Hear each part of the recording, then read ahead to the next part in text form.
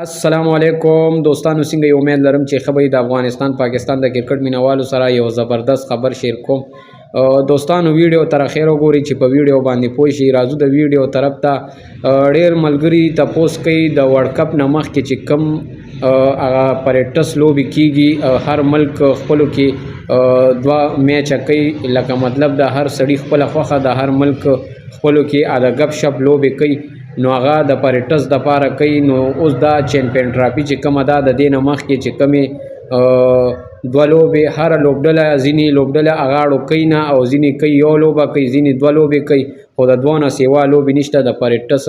باقي د هغه لایف هم ښیي او ښه مزیدار خلک هم ګوري په شوق. نو د افغانستان د کرکټ مینوال ما سره یو څو ملګري دي، هغوی تپوس کړی چې د افغانستان لوبې به چې کومې د ګپ شپ لوبې دي د پریکټس هغه به چا سره وي.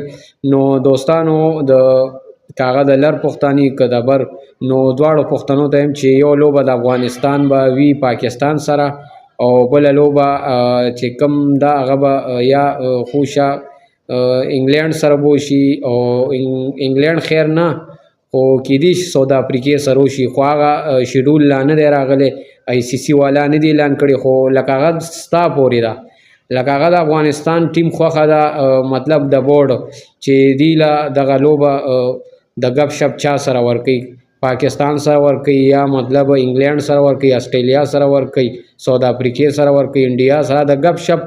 اکه ته د ګروپ په بل ګروپ کې مو کې هغه څه پروا نه کوي. نو دا د دې په حواله ویډیو ما ویل ورکړه چې ملګرو سره یې شیر کړم. د افغانستان ډېر چانسز دي چې پاکستان سره یو لوبه وکړي، او بله لوبه یا ساوت افریقې سره یا انګلینډ سره، خو انګلینډ ورسره نه کوي، کبرجن غوندې دي انګلینډ او آسټریلیا.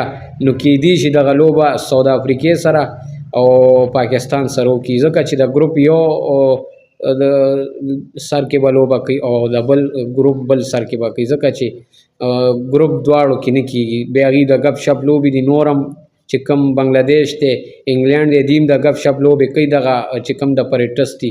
نو ته د یو ګروپ نه دوه ملکو سره لوبه نشي کولی، یو ګروپ نه یو لوبه او بل ګروپ نه بله لوبه. نو دغه د کرکټ معلوماتو. بل دوستانو د چې کوم د آی سی سی ټورنمنټ دي، نو د دې نه مخکې یو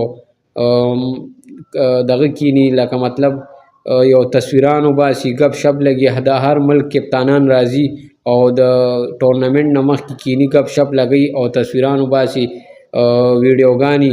نو د هغې په باره کې چې کوم د انډیا روهت شرما دی، هغه به کیدای شي دغه د 15 ورځو کې پاکستان ته ویزټ کوي او راځي به، ځکه چې د انډیا په سوشل میډیا باندې ډېر غوبل دی چې روهت شرما به ځي پاکستان ته.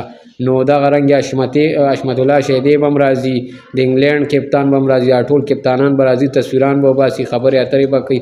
دا د ټورنمنټ نه مخکې دا خبرې کېږي. بل د پاکستان سکواډ ډېر ملګري تپوس کوي چې هغه اعلان نه شو، نو هم کیدای شي د 3-4 ورځو کې اعلان شي. د انډیا او د پاکستان سکواډ پاتې دی.